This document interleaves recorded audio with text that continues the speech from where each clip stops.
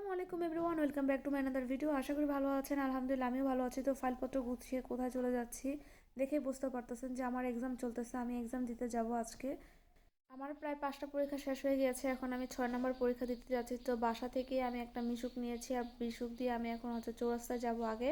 তো চৌরাস্তা থেকে আমি একবারে ডিরেক্ট কলেজে চলে যাব মুন্সিগঞ্জ।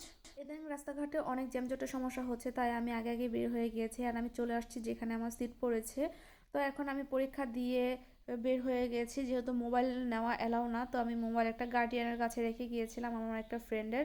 তো আমি আমার বান্ধবী বের হলাম, আর বের হয়ে সাথে সাথে কোনো গাড়ি পাওয়া যাবে না। তো আমাদের অনেক ক্ষুধা লেগেছে, আমরা একটা রেস্টুরেন্টে ঢুকেছি আমি আর আমার বান্ধবী মিলে। তো আমরা এখন সিক্রেট টেস্টে চলে যাব।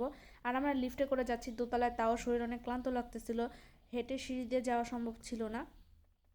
আর আমাদের সিক্রেট টেস্টে আসার কারণ হচ্ছে আমাদের অনেক ক্ষুধা লেগেছে, শরীর অনেক ক্লান্ত লাগতেছে। প্রায় 5 ঘন্টা আমরা পরীক্ষা দিয়েছি। তো আর কাচারির মধ্যে এই সিক্রেট টেস্টে ভালো মানের একটি রেস্টুরেন্ট, আর বাকি সব রেস্টুরেন্ট হচ্ছে সুপার মার্কেট। তো সুপার মার্কেট আবার আমাদের যেতে হবে, তাই আমরা এখানেই আসলাম। আর এইখানকার পরিবেশটা খুবই সুন্দর, আর বেশি গ্যাদারিং ছিল না।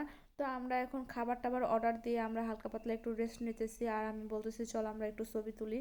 তো আমরা চলে আসলাম ছবি তোলার জন্য, আর এখানকার পরিবেশটা অনেক সুন্দর ছিল।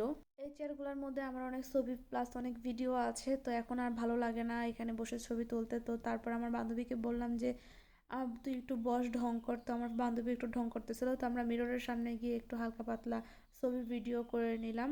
তো এখন আমরা এখান থেকে চলে এসে আমরা আমাদের জায়গার মধ্যে বসবো। আর এই রেস্টুরেন্টটা আসলে অনেক বড় স্পেসের তৈরি। তো আমরা একটু হাত ধুয়ে ফ্রেশ হতে আসলাম। এখানে আর লেখার পরে হাতে অনেক কালি টালি লেগে আছে, এগুলো পরিষ্কার করে। আর এই সাইডটা আমার অনেক ভালো লাগে আগের থেকেই।